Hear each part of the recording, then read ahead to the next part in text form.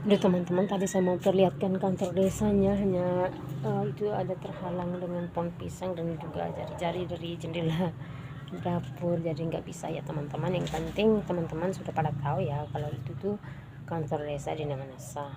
Nah teman-teman, inilah dapur saya jadi ini masih kotor-kotor, yang lain itu sedikit saja.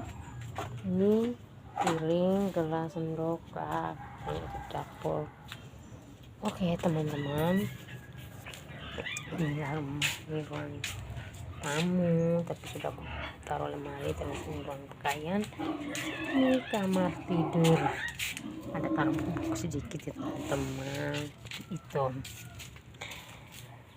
jadi teman-teman, itulah ini di rumah. Terus teman-teman, saya ini berasal dari keluarga yang tidak begitu mampu atau keluarga sederhana teman-teman. Saya ini anak bungsu dari 7 bersaudara kami, tapi 1 orang sudah meninggal dunia, saudara saya.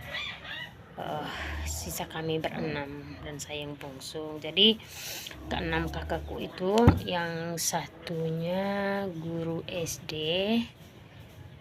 dia pegawai sipil guru SD di kampung. Yang satunya lagi, yang anak kedua tuh perempuan, itu guru di SMP juga, CPNS juga.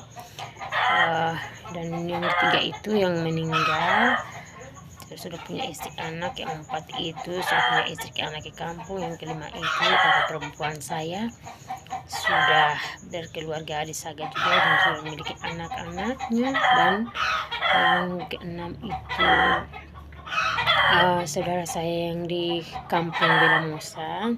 Terus yang ketujuh saya. Dan saya ini dari kecil memang sangat dimanjakan oleh almarhum kedua orang tua saya.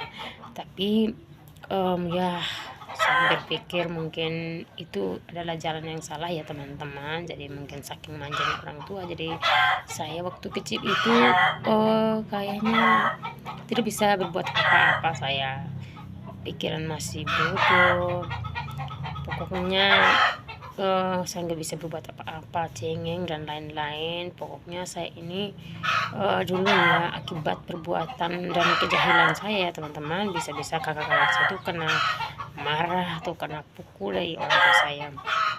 Nah teman-teman, dari situ ya mungkin jalan Tuhan. Jadi Tuhan memberikan musibah yang cukup luar biasa, itu yang kena di mama saya waktu itu.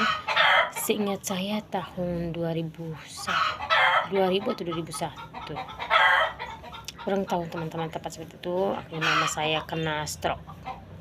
Setelah mama saya kena stroke teman-teman, saya diasuh oleh kakak saya yang waktu itu memang dia ngajarnya di tempat sekolah saya, dia honor di situ juga. Jadi saya diasuh oleh dia, kami tinggal bersama kakak sepupu saya, kakak kandung saya juga. Ya kami tinggal sama di situ. Setelah itu kakak saya waktu itu memang tanggungannya sangat lumayan, sangat berat. Kami dengan kehidupan yang sangat sulit teman-teman. Saya masih ingat waktu itu gimana mama saya juga kena stroke, baru bapak saya orangnya tidak bisa, yang maksudnya tidak bisa dalam arti yang jalan jauh, yang pakai kendaraan untuk bisa apa istilahnya menggantikan posisi mama untuk bisa bekerja mencari uang itu, pergi pasar yang jauh-jauh ya. Paling kalau bisa dekat kayak di Detukili boleh, bisa ya teman-teman, karena jaraknya 7 kiloan atau 8 kiloan itu menurut kami dekat ya teman-teman. Itu jalan kaki yang waktu itu, jalan bukan seperti jalan sekarang yang ya walaupun belum hot mix, belum apa-apa, tapi ya sudah rapat itu sudah agak lumayan ya teman-teman. Tapi dulu itu kami masih pakai jalan tikus yang sangat kecil, naik turun gunung begitu kami berpasar. Tapi bagi kami waktu itu dekat ya teman-teman. Jadi kami masih bisa pergi ke pasar, pergi gereja, acara-acara apa kami bisa pergi ke tempat di Datuk Keli itu. Nah teman-teman, saat mama kena stroke itu juga teman-teman, saya tiba-tiba beruban drastis. Waktu itu umur saya 12 tahun 13 tahun 13 atau 12 tahun teman-teman waktu itu. Jadi saya kelas 1 SMP, mama saya tinggal serumah dengan kakak perempuan saya, tambah kakak kandung saya yang satu lagi kelas 3 SMP waktu itu, dan juga kakak sepupuku juga. Aduh teman-teman, ini saya mau menceritakan teman-teman, bagi teman-teman yang punya kakak, abang yang mengajar di sekolah, yang teman-teman sekolah ya teman-teman. Memang aku waktu itu tergolong anak manja. Kalau di sekolah, kalau berani kakakku itu yang guru itu mengajar di sekolah itu pukul saya di sekolah, pasti sekolah pulang ke rumahnya nanti saya merajut sama kakak saya itu kenangan saya tidak bisa lupakan ya teman-teman. Habis tuh kakak aku tuh orangnya agak sedikit, ya kalau mau dibilang dendam juga bukan, hanya mungkin dia saking jengkel ya teman-teman.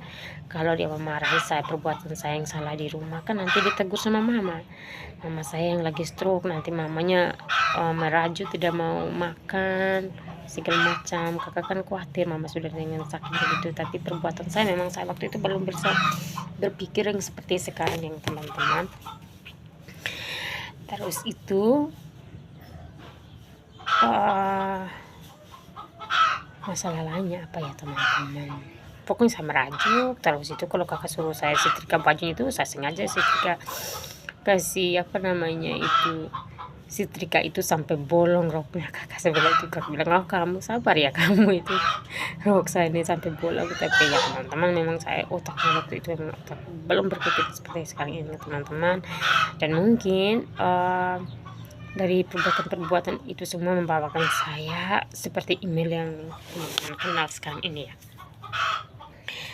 Jadi setelah tamat SMP waktu itu, setelah tamat ya teman-teman, tahun 2005 kalau saya kurang tahu ya, 2005 itu saya sebenarnya direncanakan bersama kakak saya untuk ikut SMIP ke Maumere ya teman-teman. Itu sekolahnya khusus untuk bahasa Inggris, karena memang waktu itu saya di SMP saya punya bakat sedikit sih tentang bahasa Inggris, pengamal ya, I don't know waktu itu sih teman-teman. Sekarang juga saya Inggris juga masih bodoh-bodoh, kuraduna misa itu kalau boleh diistilahkan kuraduna ya. Sebenarnya sama masih belajar-belajar, hanya ingin sih, hanya semacam kurang ada dukungan-dukungan begitu, jadinya seperti ini ya. Jadi saya mau masuk SMIP di Maumere, singkat ceritanya teman-teman, tiba-tiba mamaku sakit yang sudah karena stroke itu, dia sakit tambah parah lagi. Jadi kakak waktu itu bingung, kakak mau urus ini sekolah saya atau mau urus mama yang sakit. Sementara kakak itu waktu itu kakak masih honorer, teman-teman, dan kebutuhan kami banyak. Kakak mana urus saya mau masuk sekolah, urus kakak saya, urus mama saya, bapak saya di kampung. Jadinya itu waktu itu ya teman-teman serba kesulitan. Akhirnya saya memutuskan diri, saya juga akan tidak memaksakan kakak untuk harus menyekolahkan saya. Hanya saya ngomong, kakak bagaimana ya kalau saya cari kerja dulu tahun ini, mungkin tahun depan ini baru saya ini apa tuh, saya baru masuk kuliah. Masuk kuliah, maaf ya ampun, masuk kuliah teman-teman, masuk SMA maksudnya, sorry. Setelah itu kakak saya bilang, kamu mau kerja apa? Kakak biar kalau waktu itu sih kalau namanya orang yang kerja di toko apa itu tuh memang itu sangat lumayan ya teman-teman masanya itu. Jadi waktu kakak aku cari kerja di Inde ya, memang kota Inde ini dengan kampung kalian saya juga tidak terlalu jauh, 56 kiloan ya teman-teman. Jadi kakak ya udah, yang penting ingat tahun depan itu, kakak yang selalu mengingatkan saya waktu itu. Ya udah, yang penting oke, kalau memang itu keputusan kamu, oke kamu kerja dulu tahun ini ya, nanti tahun depan kakak usahakan kamu bisa masuk SMA. Ya, oke kakak, saya senang. Akhirnya teman-teman, singkat cerita saya mengikuti saya ikut ada kakak sepupu saya yang untuk datang untuk cari kerja. Waktu itu saya ingat pertama kali kami lamarnya saya lamar dapat di toko mahkota Inde, dan kakak saya itu dapatnya di toko Apollo ya teman-teman. Kakak Marga yang biasa kami panggil waktu itu, dia punya nama samaran sih, yaitu kakak Melvin. Jadi saya di toko mahkota itu tuh teman-teman, aduh itu memang ya bilang saya ini orangnya tahu sendiri teman-teman, masih bau kampung-kampungan dari kampung, jadi belum tahu apa-apa. Jadi di sana itu mereka menyuruh saya untuk kerja bantu-bantu di belakang, di dapur dulu. Di situ saya kenal teman-teman, itu kakak Lestrin orang Bajawa, orang Oponggo, kakak Lestrin, terus kakak Merlin orang Inde Leo juga, tapi di Rika tetangga, kampung tetangga mungkin, saya kurang tahu. Ke Rika saya belum pernah pergi ke Rika. Terus kakak Jimmy orang Soe, kakak Fendi, kakak Bento orang Kupang. Aduh, kakak Bento ini teman baik sekali, sudah aku anggap kayak saudara sendiri, orangnya baik sekali, punya kenangan baik dengan kakak Bento tuh, orangnya baik. Tidak tahu sekarang entah sudah di mana ya, udah berkeluarga pastinya, sudah bapak-bapak, sudah tua. Pasti saya saja yang dulu masih kecil, sekarang saya sudah usia begini ya teman-teman. Apalagi mereka itu yang waktu itu sama masih anak ABG, mereka sudah dewasa pasti sekarang sudah ya. Kalau mungkin juga ada yang nonton di sini ya kakak, salam ya, apa kabar, semoga baik-baik. Setelah itu pada tahun berikutnya itu saya masuk, saya daftar di Semen Negeri Inde. Waktu itu saya ambil jurusan utamanya itu UJP ya, Usaha Jasa Pariwisata, sekarang mungkin sudah namanya UPW. Nah, terus pilihan keduanya itu adalah jurusan sekretaris. Akhirnya saya gol di jurusan UJP itu. Saya bersekolah waktu itu, saya sambil kerja di toko Surya Desa tadi. Waktu itu saya pas masuk SMA itu bos di toko yang saya pernah kerja itu pernah kasih tahu saya, kalau kamu mau sekolah bagaimana kalau kamu tinggal dengan kita saja, pokoknya kalau uang sabun, uang buku, makanan dan lain-lain itu jangan dipikirkan, itu kita yang tanggung, hanya biar uang sekolah kakakmu yang tanggung. Waktu itu aku memang senang ya teman-teman. Saya memang waktu itu saya kan sudah menyatu sekali dengan teman-teman yang ada di toko itu, kakak-kakak, om-om, saya sudah menyatu sekali dengan bosnya itu tuh, orangnya baik banget. Baba, Nona, saya masih ingat anak mantunya mereka, Cece Lisa, orang sebaya, aduh orang good banget ya teman-teman. Itu orang baik sekali saya waktu itu. Pokoknya saya teman baik, karena saya memang masih polos, masih lugu, masih culun banget waktu itu ya teman-teman. Saya sebaik banget. Nah, saya sudah hanya waktu itu kakak saya datang ke toko nih, kakak saya yang asuh saya waktu SMP kemarin, dia datang ke toko dan dia kasih tahu, saya beritahukan seperti itu. Saya bilang kakak saya ini mau masuk ke sana, tapi kata bos saya kalau bisa mereka mau biaya urus tanggung makan, sabun, pakaian itu jangan dipikir, nanti mereka yang urus, tapi nanti kakak cukup bayar untuk sekolahnya saja. Ya, kakaknya tidak setuju. Bukan kenapa ya teman-teman, memang waktu itu kakak memang prioritaskan tanggung satu-satunya cuma saya waktu itu. Kakak saya yang tamatan kelas 3 SMP tidak lanjut SMA. Jadi yang sekolah waktu itu tinggal saya doang. Jadi kakak waktu itu dia merasa prioritas sekali untuk saya, jadi kakak tidak mau kayak, oh masa adik saya ini kerja saya untuk apa, kalau untuk adik saya, masa adik saya sekolah dia harus sambil kerja. Itu mungkin alasan pertama. Terus yang kedua mungkin kakak orangnya agak gengsian mungkin ya teman-teman, karena memang kakak lihat saya ini nanti dibilang orang, ini nanti kamu nih tidak tanggung adik kamu kok sambil sekolah sambil kerja kayak begitu. Mungkin itu dua sisi yang membuat kakak saya tidak mengizinkan kalau saya sekolah sambil kerja waktu itu. Ya udah teman-teman, jadi mungkin mau saya menuruti kakak saya karena dia itu adalah orang yang istilah menjadi panutan saya ya teman-teman, dari dulu bahkan sampai sekarang teman-teman. Jadi saya keluar dari toko itu teman-teman, saya tinggal di kos di kilo 3, yaitu di asrama Putri Tunggal bersama kakak sepupu saya lagi, kakak Uni waktu itu di SMA negerinya dia sudah kelas 3, saya ini kelas 1.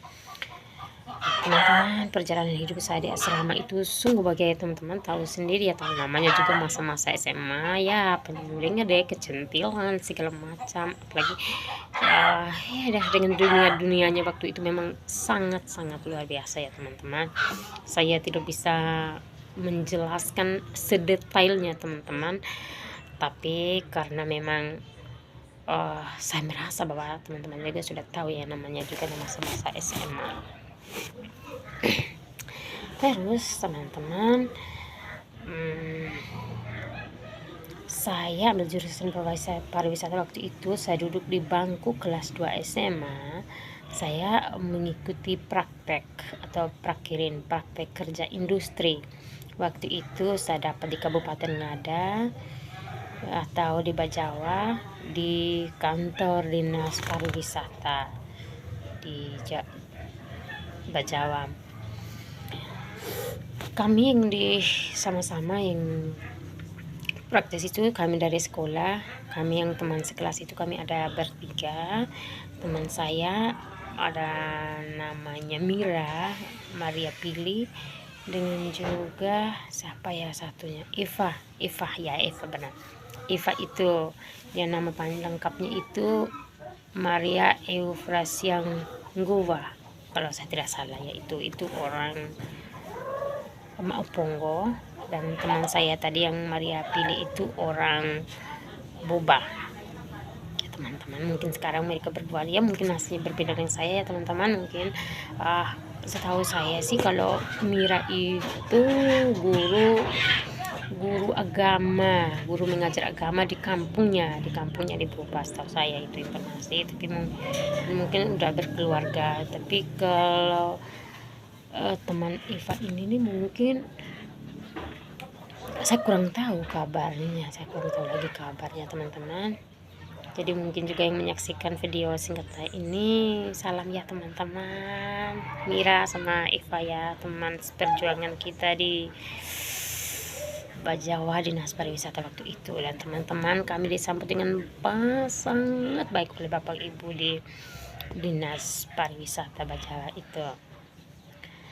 Setelah itu teman-teman, saya di dinas itu saya bagian keuangan, teman saya Mira itu bagian apa ya, saya kurang, bagian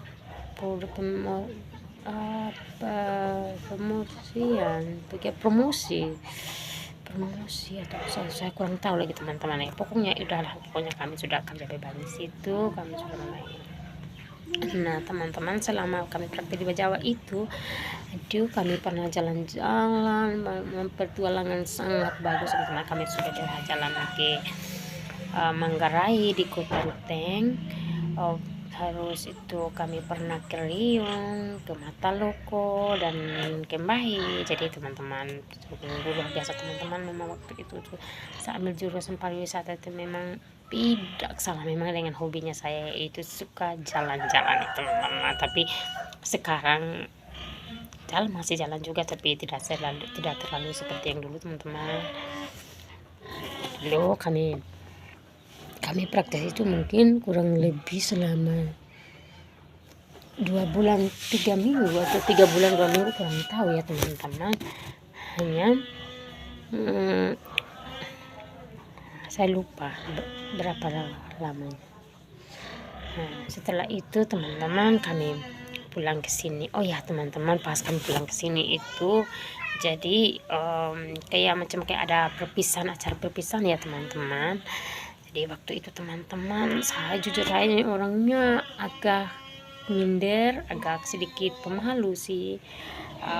Tetapi waktu itu ada temanku dua bilang kan, orang pegawai di kantor bilang kan harus ada kata-kata sambutan apa kok sedikit di perpisahan itu ya teman-teman. Jadi temanku berdua tuh memojokkan saya ya teman, email kamu saja, kamu saja, kamu saja. Tapi akunya itu tuh aduh deketan banget saya. Orang ini kalau mau ngomong atau apa juga kan mesti persiapan dulu, mau ngomong apa ucapan salam, apalagi itu kita dikelilingi orang-orang senior, orang-orang pegawai semua teman-teman. Jadi aku tuh aduh malu sama ngomong apa. Ya udah tampil aja, tampil apa adanya saja. Saya masih teringat waktu itu dengan bahasanya saya, setelah ucapan selamat pagi, selamat siang, selamat siang ya maaf, selamat siang, saya omong apa pelepotan mungkin ya waktu itu tuh saya omong dikit kata-kata yang saya tidak bisa lupa waktu itu. Saya pernah omong seperti ini ya teman-teman ya, saya bilang, baik bapak ibu saudara-saudari sekalian, teman-temanku, seperti kata pepatah, bukan kata pepatah, maaf, kata orang, setiap pertemuan pasti ada perpisahan. Dan kami yang pergi ini juga bukan selamanya untuk pergi selamanya. Manusia selagi masih hidup selalu datang dan pergi.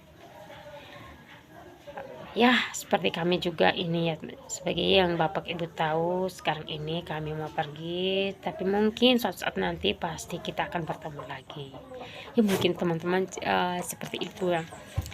Terus tiba-tibanya itu mereka ganggu terus saya, yang pegawainya itu tuh, aduh teman-teman, mereka ganggu lagi saya berdua. Oh kata dia tadi, kata isi email tadi bilangnya dalam hidup manusia kalau selalu datang dan pergi, bukan selamanya pergi terus. Mereka pokoknya selalu godaan kata-kata itu membuat mereka itu kayak tidak bisa lupa ya teman-teman. Itu dari saya ya, dengan pelepotan saya, dengan segala macam kekurangan saya. Pokoknya saya waktu itu orangnya overdosis, ngomong apa lancang saja, tidak pikir pusing-pusing masalah benar. Saya masuk saja itu otak saya waktu itu. Ya sudah ya teman-teman, itu cerita waktu di Jawa. Setelah itu kami pulang ke sini teman-teman, kami dikasih hadiah macam-macam, ada uang berapa ya, kayaknya 500 kami dari kantor itu. Benar, kami uang 500 harus dikasih kain selendang ya teman-teman. Tapi ya jujur ya teman-teman, aku mau banggakan sedikit di sini ya teman-teman. Waktu itu mereka kasih selendang yang paling bagus itu untuk saya. Ya mungkin karena mereka ini pegawainya tahu bahwa saya ini orang Indelio, jadi terus temanku berdua ini orang Bajawa dari sana. Jadi mungkin kalau mereka bagian sana kan, kalau kan adat mereka kan sudah biasa dipakai, bisa dapatkan dari keluarga mereka. Tapi kalau aku orang luar kan jarang, jadi mereka kasih saya tuh kain lembaran yang besar, selendang yang lebih besar lagi, dan juga motif yang sangat bagus, kuning keemasan ya teman-teman, ada hitam-hitam sedikit. Jadi saya senang sekali waktu itu. Setelah itu kami pulang ke sini ya teman-teman. Teman-teman, saya kaget sekali pas saya tiba di sini. Ini saya maaf ya, jatuh. Saya tiba di sini, ini ada cerita dari keponakanku yang tinggal selama denganku, yaitu Arda. Bilang menceritakan bahwa kakak saya itu yang biaya saya kemarin itu sudah di rumah suaminya, cuma laki-laki. Jadi saya waktu itu sih memang saya sedikit shock ya teman-teman. Saya aduh, kakak ini, saya ini belum tamat SMA, nanti siapa lagi mau urus saya. Terus itu kan saya mikir saya waktu itu, kalau yang namanya orang kalau udah berkeluarga kan pasti pikirnya sudah terbagi ya teman-teman. Saya waktu itu saya sudah berpikir jauh begitu. Terus saya pikir aduh, Saya sih ya saya sih memang pikir gitu, tapi saya pikir lagi ya memang saatnya memang kakak harus menikah karena memang kakak sudah berumur seperti itu. Kalau saya tidak salah kakak menikah di usia 37 tahun ya teman-teman. Tapi puji Tuhan walaupun nikah di usia itu sudah lumayan begitu, tetapi dia masih mempunyai anak, dikaruniai oleh Tuhan tiga anak, yaitu anak pertama perempuan, kedua laki-laki, ketiga perempuan, jadi 3 orang, lumayan teman. Itu puji Tuhan, memang itu kerja keras kakak luar biasa. Tuhan memberkati sekali, selalu kakak punya perjalanan hidup saya sangat mendukung ya teman-teman.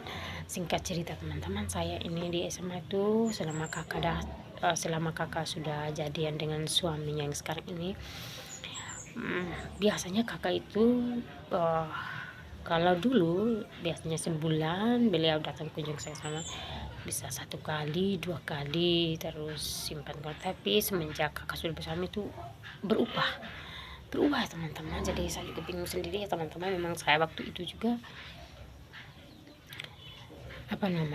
saya masih berpikir, masih murat-marit di otak saya, terus masih memikirkan yang menjadi panutan saya, menjadi kekuatan saya. Tetapi dia sudah menikah, dia sudah memilih jalan hidupnya, terus saya sudah berada di fase kesulitan memang waktu itu ya teman-teman. Jadi ya mungkin itu satu jalan buat saya supaya saya bisa lebih mandiri lagi, lebih berusaha lagi ke depannya. Saya juga jangan tergantung selamanya kepada orang tua ya teman-teman.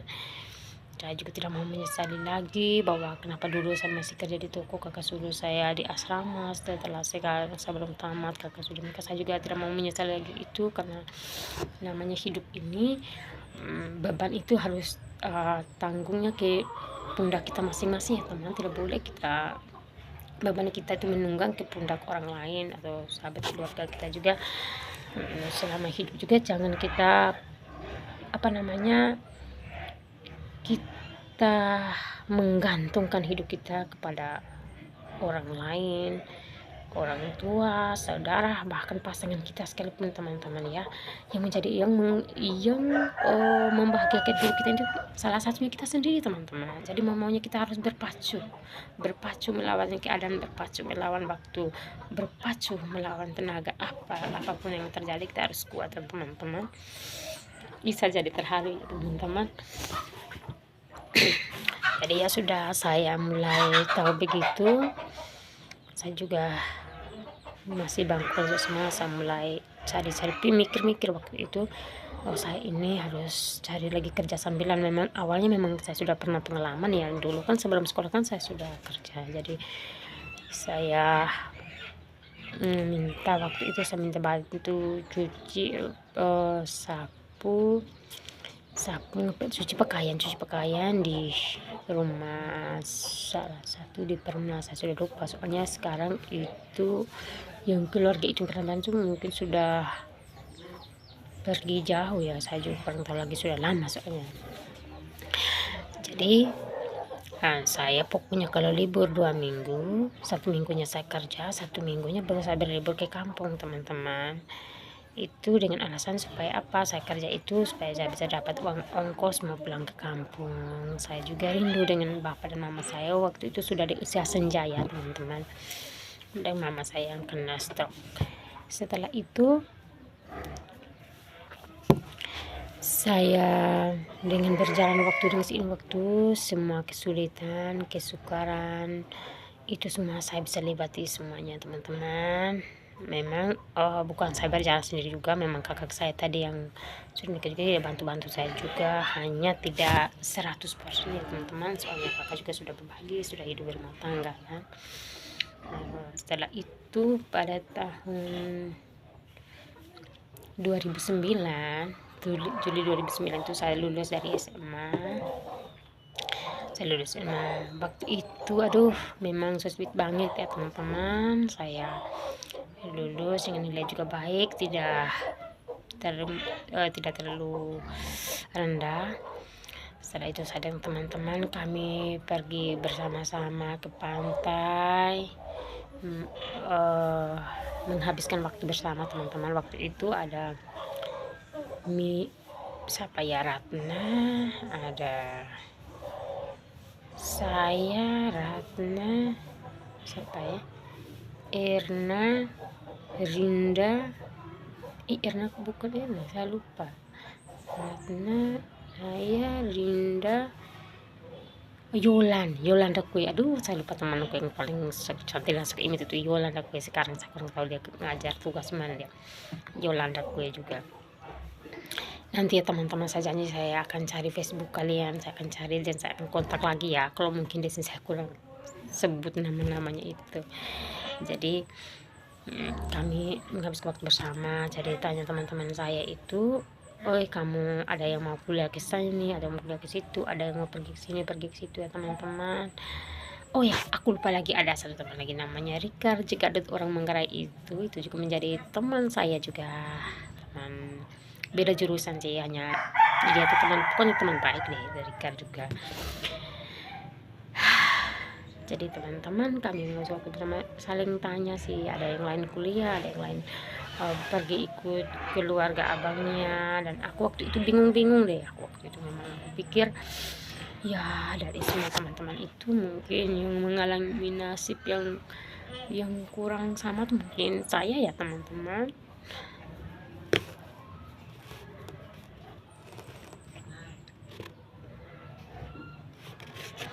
Mungkin saya ya teman-teman. Jadi saya ini pikir saya mau kemana. Setelah itu kami berpisah, saya pulang ke kampung, ketemu orang tua saya. Waktu itu saya ngomong bapak saya ini sudah lulus, saya sudah selesai. Saya tuh memang niat sekali dalam otak saya waktu saya ingin mau kuliah, biar kuliah dekat di sini ini saja ya teman-teman, biar kuliah waktu itu sih yang paling tenar di sini ini tuh Unplor ya teman-teman. Saya ingin kuliah, tapi waktu itu setelah saya omong demikian, bapak saya panggil kakak saya pas panggil begini, bapak saya tanya, ini bagaimana ini dengan adik kamu, sudah lulus SMA, kalau bisa kamu berapa orang bisa urus dia masuk kuliah, biar bantu dia sedikit, mungkin dia harus sambil kerja atau apa, tapi izinkan dia bisa kuliah. Terus jawaban dari saudara saya yang pertama bilang, minta maaf kalau saya tidak bisa karena anak saya juga sekolah, anak saya sekolah. Terus kakak kedua yang biasa itu umum, saya nih kalau saya pegawai negeri saya bisa bantu dia sekolah, tapi saya juga cuma honor. Terus kata kakak saya yang nomor 3 itu yang sekarang sudah meninggal dunia, udah katakan, saya ini kalau mau urus dia sih bisa, hanya saya ini dagang tapi saya pinjaman entah koperasi atau pinjaman bank, saya juga kurang tahu, jadi bukan modal sendiri, jadi saya tidak bisa bantu dia. Terus kalau kakakku nomor 4 itu kan memang dia waktu itu tidak berada di situ ya teman-teman, dianya masih di perantauan, jadi dia kurang tahu. Terus kakakku yang kelima juga waktu itu masih kerja di sini, kerja ikut orang Cina juga. Selepas itu kakakku yang nomor 6 yang waktu itu masih bujang, tapi beliaunya juga memang tidak ada tempat itu ya. Jadi waktu itu yang bisa kami sandarkan itu di kakak bertiga yang tadi itu, anak nomor 1, nomor 2, dan nomor 3 tadi. Tapi karena jawaban mereka juga demikian, terus sontak aku langsung jawab ke bapak. Setelah bapak mereka itu pergi, saya langsung jawab ke bapak, ya sudah bapak, saya ini memang saya niat mau sekolah, mau kuliah, tetapi karena bagaimana saya ini anak bungsu, dan pas sama masuk sekolah yang lebih tinggi, tapi orang tua sudah di usia senja dan kakak tidak mampu untuk membiayainya.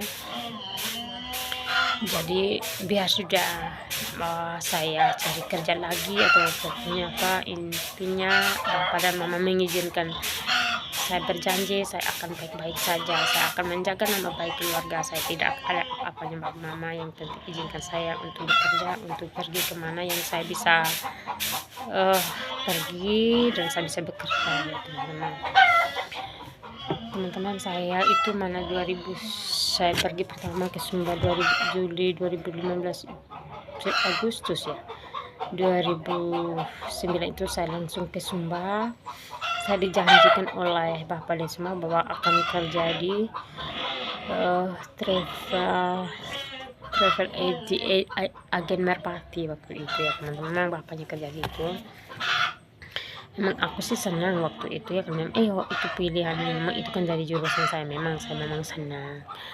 Tetapi setelah saya tiba di sana, saya benar-benar itu lain cerita ya teman-teman. Sampai sana saya belum bekerja, saya sudah menunggu waktu sudah 3 bulan kayaknya. Memang saya pernah sehari atau 2 hari papa kecil itu pernah ngajak saya ke kantor lalu bersih-bersih, hanya memang karena saya juga belum terlalu merasa nyaman dengan keadaan di kantor itu atau bagaimana. Tiba-tiba besoknya lagi papa tidak ajak lagi saya dan bilang saya bantu-bantu di rumah dulu ya teman-teman. Kebetulan bapak memiliki proyek waktu itu, ada pengerjaan jalan di ini Pertamina kalau saya tidak salah, begitu mungkin saya lupa itu. Jadi saya bersama bapak punya keponakan namanya Udis, sekarang kurang tahu di mana ya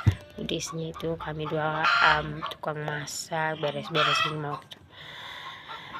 Ya, setelah 3 bulan kurang lebih dan selamanya di Sunda, saya merasa bahwa saya ini nih, apakah saya kerja begini terus.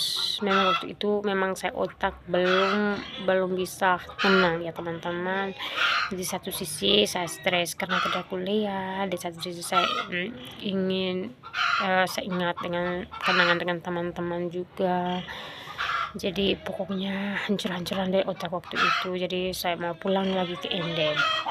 Waktu itu saya sempat izin ke bapak kecil, hanya bapak kecilnya tidak mau izin. Ya sudah, saya menangis di kamar apa segala macam. Akhirnya bapak takut saya kenapa dia izinkan. Dia bilang, biarlah, saya menginginkan kau di sini, kau bertahan di sini, nanti bapak cari kerjaan buat kau, tapi kau tidak mau bertahan sini. Ya sudah, kamu balik ke Ende, semoga sampai di sini kau temukan yang terbaik, kau bisa kerja, kau yang terbaik, kau lebih nyaman di Ende, silakan.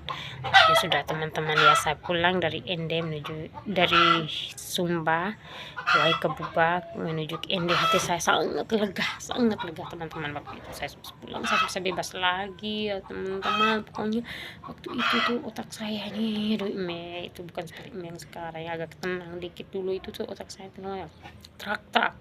Saya tidak suka ini langsung trak langsung begitu otak saya waktu itu. Dan itu semua karena rasa stres, depresi juga karena saya tidak kuliah, karena saya berpisah dengan teman-teman. Pokoknya semua itu sudah menyatu jadi satu, jadi membuat otak saya juga seperti itu ya teman-teman. Sampai di Ende, saya selang 2 minggu berada di sini Ende itu.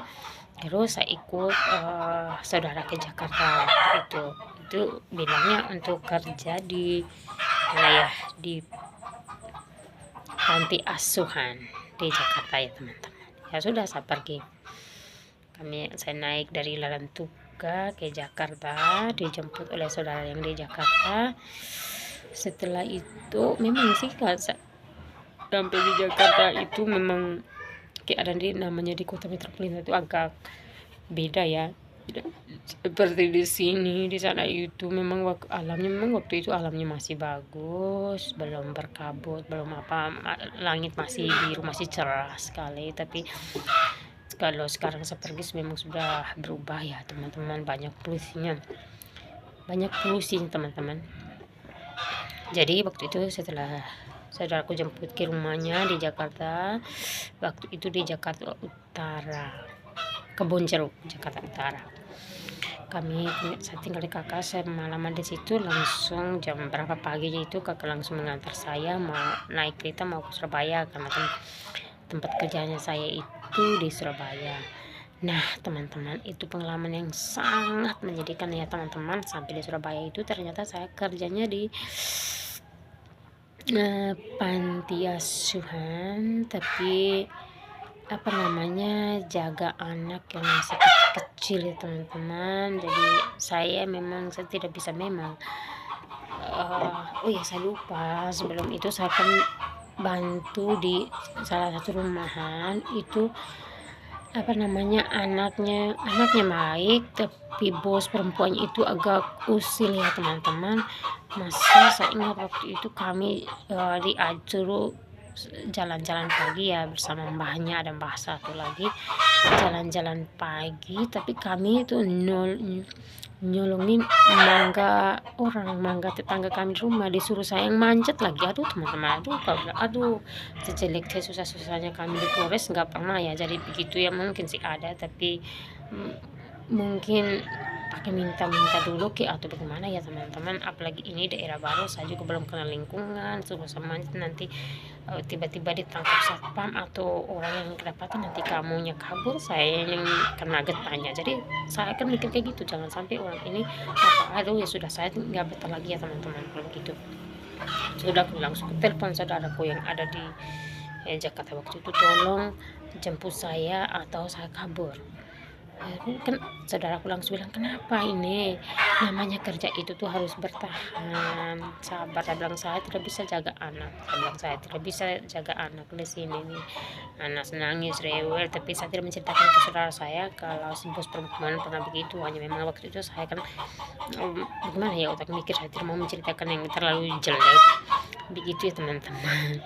Sekarang saya belak-belakan begitu. Setelah itu sampai di saudaraku jemput saya, akhirnya berpamitan baik-baik ke jemput saya ke Jakarta. Katakan saudara saya di Jakarta, ya udah kamu itu untuk saat ini kamu antar anak saya ke sekolahan. Saya pun kasih kamu dengan uang untuk kok. Saya kasih kamu dengan uang, tapi bukan kamu langsung pegang ya uangnya ini. Saya simpan di saya, nanti pas saat kamu pulang, janjinya 3 tahun ya, sampai tahun 2012 baru balik ke Inde. Nanti kamu pas tahun kamu balik ini baru saya kasih uangnya. Sudah saya ikuti. Waktu itu Jakarta itu saya antar anaknya ke sekolahan TK Bukit Sion ya teman-teman. Anaknya itu usia masih 4 tahunan, Aprilia Tani. Namanya itu Benedikta Aprilia Tani. Itu anak saudara sepupu aku. Saya tidak tahu lagi, sekarang sudah hilang konfirmasi. Saudaraku juga sudah meninggal dunia. Setelah itu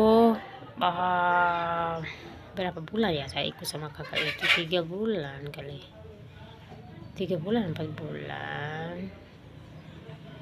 Saya pingin mau pulang lagi ke Flores.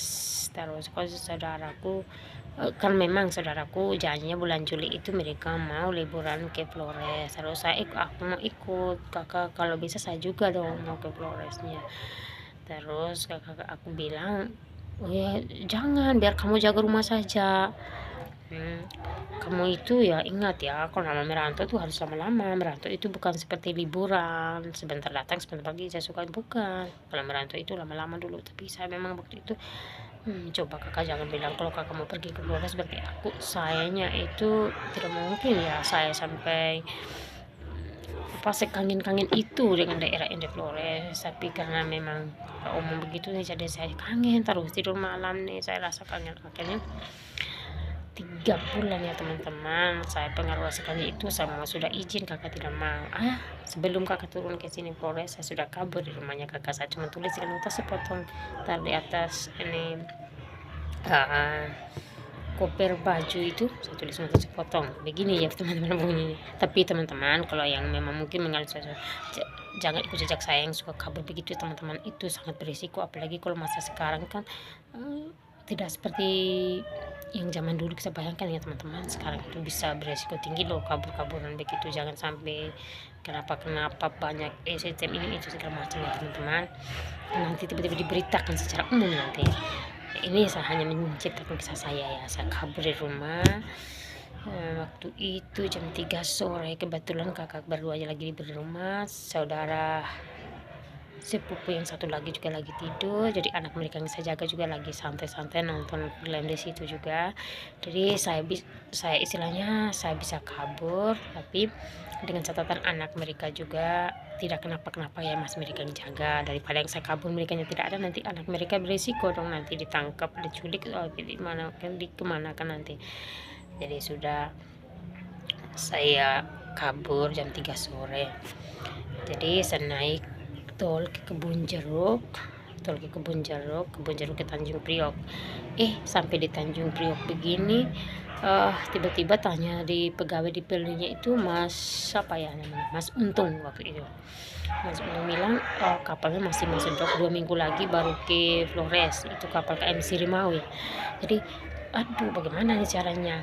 Ya sudah, saya menginap di Pelni selama berapa hari itu. Saya kenalan banyak teman-teman, saudara-saudara, abang-abang, bapak-bapak, mama, kakak adik itu orang di Pelni. Terus kan namanya juga di Pelni ya teman-teman, selalu ada datang dan selalu ada pergi. Ada yang mau naik kapal, ada yang turun dari kapal, masih mampir nginap di Pelni ya waktu itu. Jadi aku pernah sahabatan dengan orang Sukabumi namanya Larasati itu orang asli Sukabumi, kerjanya di Ambon, Maluku ya teman-teman. Dia katanya sudah rantau ke Maluku 9 tahun, jadi beliau sudah tahu bahasa logat-logat Maluku, Sulawesi, Ambon, begitu dia sudah tahu. Kabar kucingku melahirkan itu kayaknya.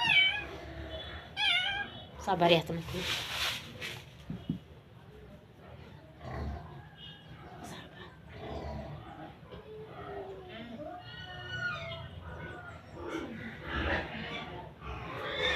Oke teman-teman, setelah itu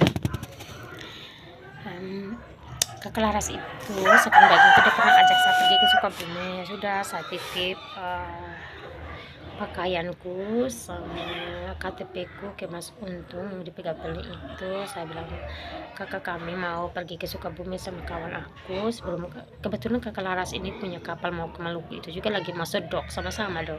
Jadi kami dua sama-sama ke Sukabumi. Perjalanan kami ke Sukabumi itu memang bagus ya teman-teman. Kami disambut dengan baik. Memang waktu itu masih kampung-kampungan juga orangnya, mereka juga bukan langsung di perkotaan, memang mereka di desa, di area persawahan rumahnya. Jadi ibunya tani, Umi ya waktu kan, tapi umumnya itu tani. Terus bapaknya sudah meninggal, dia punya abang-abang. Jadi bagus ya teman-teman. Saya dari situ sampai main. Oh ya teman-teman, setelah itu kami lamanya sekitar 1 mingguan di sana itu. Setelah itu kami mau pulang lagi ke Tanjung Priok, mau pulang lagi, tapi kayaknya waktu itu kakak Larasnya itu berubah haluan, kayaknya dia belum mau pulang, memang hanya saya yang pulang. Jadi saya itu dijemput oleh saudara yang satu kapal sama-sama dari Flores dulu, dan dalam tukar ke Jakarta, itu kakak Yos, orang Wologai. Oh ya, orang Wologai. Kebetulan beliau waktu itu security di Bogor ya. Kurang tahu security di perusahaan atau security di perumahan, saya juga kurang tahu. Jadi waktu itu beliau yang jemput saya. Memang baik banget ya teman-teman ya. Jadi kita itu kalau belum merantau jauh, kita belum merasakan persaudaraan itu seperti apa. Tetapi kalau kita sudah jauh dari keluarga, kita sudah hidup di merantau, kita belum merasakan arti persaudaraan itu seperti apa ya teman-teman. Jadi waktu itu kakak Yos itu memang sangat baik. Bahkan dia sampai memberitahu kepada saudaranya kakak Laras yang ajak waktu itu, dan kakak Laras juga waktu itu dia sampai memberitahukan bahwa Imit ini tuh saudari kandungnya dia. Waduh, sangat itu luar biasa kakak Yos. Terima kasih banyak kakak Yos. Minta maaf ya mungkin saat ini saya tidak bisa membalas kebaikan kakak Yos, tapi saya berjanji saya akan mendoakan yang terbaik untuk kakak Yos keluarga ya. Sekarang mungkin kakak Yos beberapa waktu lalu pernah ketemu saya, dan dia sekarang jualan ikan, petani juga mungkin di kampung namanya di Bologaya teman-teman. Jadi teman-teman, waktu itu kakak Yos tanya, kau mau balik lagi ke Flores atau kau mau kerja? Saya ini bingung, ibu gimana? Kebetulan teman sekolahku namanya Kanisia Gabriel Baraka, teman SMP dulu itu kerjanya di Pantai Indah Dakap, di perumahan, jaga anak juga. Ya udah, saya ikut lagi ke Yos biar saya kesana saja, biar saya ke kerja 1-2 bulan lagi lah berusaha ke Flores. Ya sudah, kayosnya antar saya ke situ, ketemuan kami antar kami sampai situ. Saya kerja lagi, belum belum sampai ke Flores. Nah, saya ambil lagi saya punya berkas di Pelni itu, terus saya kerja dengan KTP di Pelni kemarin di Mas. Untuk itu saya sudah ambil lagi, saya kerja lagi di Berman. Memang masih jaga anak lagi sih, tapi orangnya bosnya itu lumayan Pak. Kami itu saya punya teman dari Flores, sama ada Funi orang Ekoleta, Kanesia Gabriela Bara orang Ekoleta juga, dan saya, kami orang dari Flores Endelio sama-sama. Terus ada Mbak Dina, orang apa ya Mbak Dina nya itu, Mbak Dina. Terus satunya lagi ya, pokoknya ada 5 pembantu kami di rumah itu teman-teman. Jadi aduh teman-teman, memang otaknya baik sekali bosnya itu tuh. Bahkan makanan kami dimasak oleh bos itu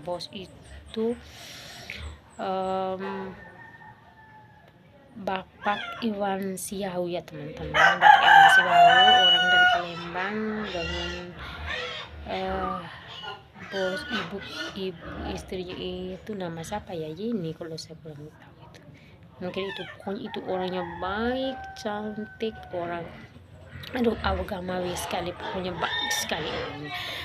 Jadi setelah kerja demi kerja ya teman-teman, saya juga tiba-tiba niat kayak mau kuliah lagi. Pingin memang, walaupun saya sudah berada di alam manapun, tapi niat kuliah saya itu tetap tinggi, ingin mau melanjutkan sekolah itu.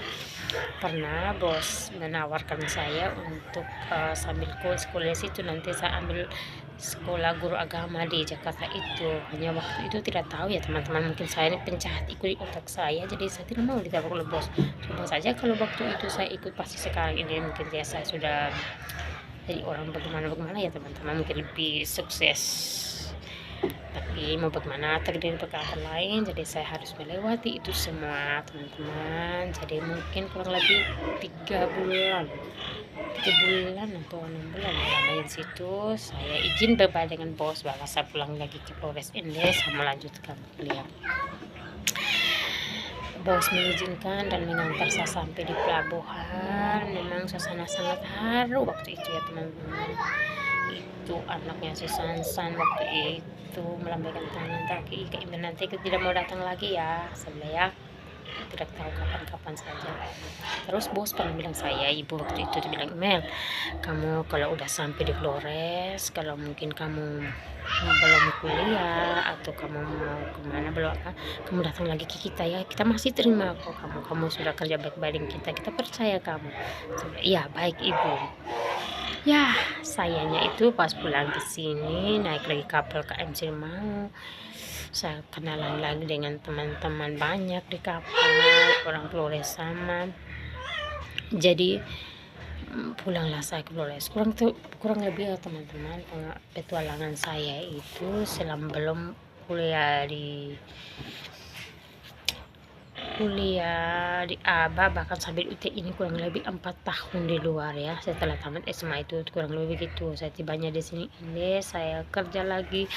Saya pernah di Konsulat Siva, pernah di Keripik Singkong Madani, di rumahan toko anggrek, antar anaknya itu Evelyn ke sekolahan Yapertif Unflor Inde, pernah itu. Terus itu saya pernah jadi jualan sayur di pasar.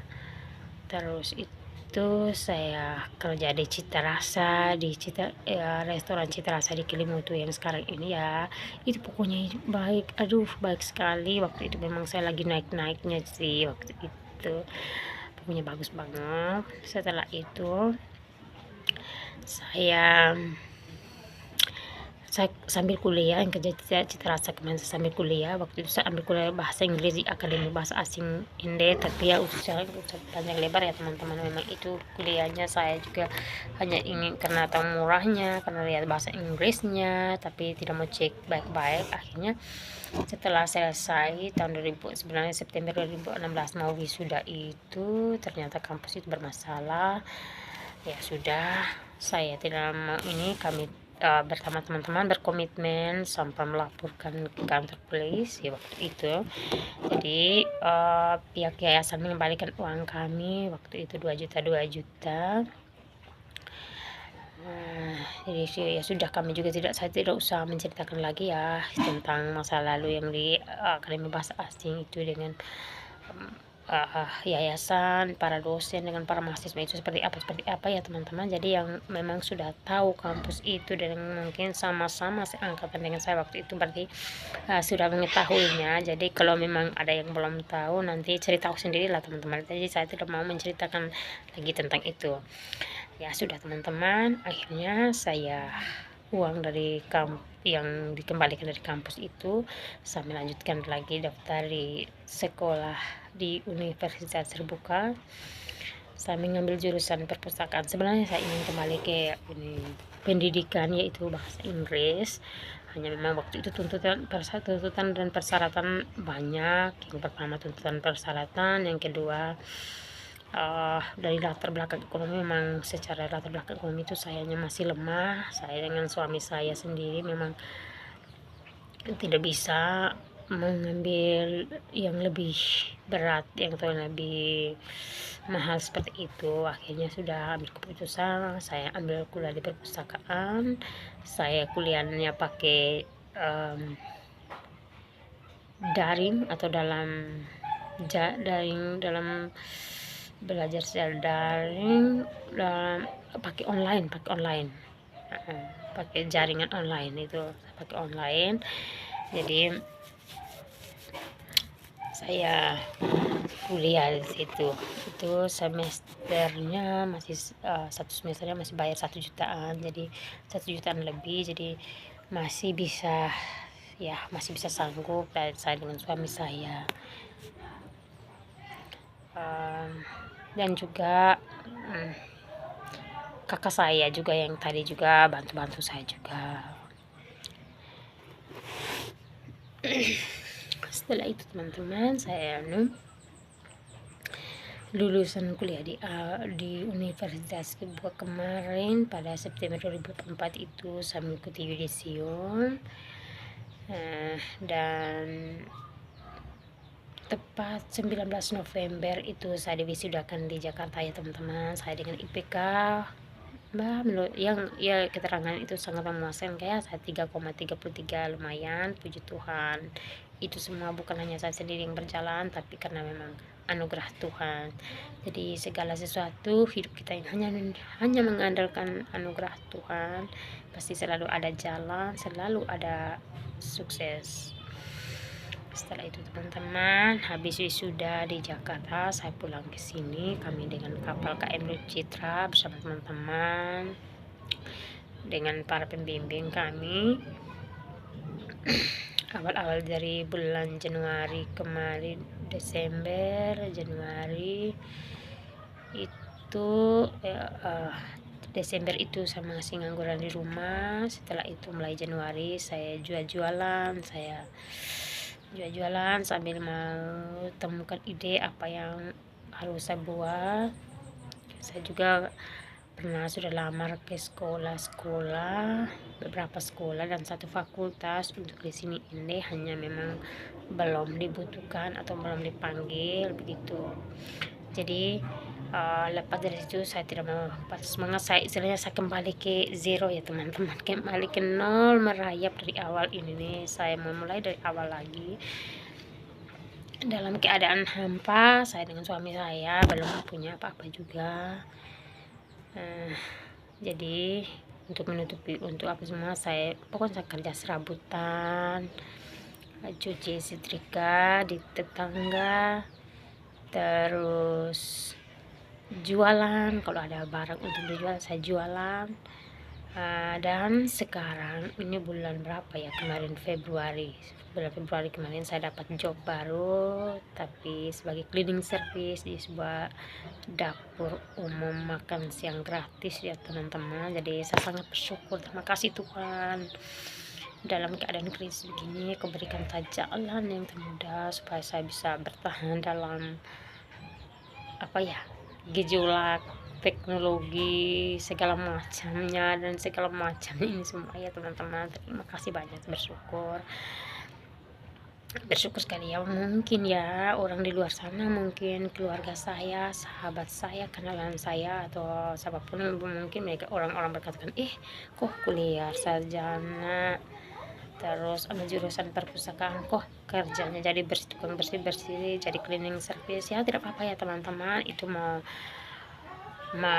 katakan seperti apa, namanya juga jalan hidup setiap orang itu berbeda-beda ya teman, penuh liku-likunya ya. Seperti yang saya ceritakan tadi kan, saya ini yang tadi saya ingin kuliah, memang jatuh bangun saya kesini ke situ segala macam, tiba-tiba saya bisa diwujudkan oleh Tuhan, saya bisa kuliah dan bisa selesai kuliah dengan baik kemarin. Jadi saya puji Tuhan, memang ini semua berkat dari Tuhan. Terima kasih banyak. Sekarang ini juga kami memang lagi liburan karena mungkin habis selesai pasca dulu, kami baru masuk kerja lagi, entah Selasa atau Rabu kami sudah masuk kerja ya teman-teman. Jadi itulah sepenggal kisah saya ya teman-teman, sahabat saya, keluarga, siapapun yang mungkin yang ingin kepo tentang saya. Ya saya bukan juga artis ya teman-teman, tetapi lebih bagusnya saya menceritakan seperti ini ya teman-teman, biar teman-teman juga nggak kebuntu, nggak berpikir banyak tentang email itu tuh ya kuliah atau tidak, atau email itu dia di mana ya, atau bagaimana ya dia itu. Jadi jangan pusing-pusing biar saya menceritakan ya teman-teman. Lebih baik menceritakan diri kita sendiri ya teman-teman, dari menceritakan nama orang lain kan gosip kan nggak bagus juga ya teman-teman. Jadi begitu teman-teman, dari pesan yang ingin saya sampaikan di sini ya teman-teman, bahwa segala apa yang kita inginkan, kita impikan itu harus kita perjuangkan, dan semua itu harus kita mengandalkan Tuhan di atas segala-galanya. Karena apapun yang terbesar, yang tersulit, yang terkejam, apapun ini tuh Tuhan di atas yang mengetahuinya. Walaupun sehancur-hancurnya hidup kita, yang dikatakan orang seburuk-buruknya hidup kita, tetapi Tuhan masih memberikan yang terbaik untuk kita. Ingat, Tuhan tidak ingin membinasakan umat ciptaannya. Tuhan itu maha baik. Yang penting kita jangan mendurhakai Tuhan ya teman-teman. Seperti itu kisah inspiratif dari saya. Mungkin teman-teman mau berkomentar apa, silakan ya teman-teman. Ini saja dari saya yang bisa saya persembahkan untuk teman-teman. Baik-baik, selamat pagi, selamat beraktivitas. See you next time. Bye-bye.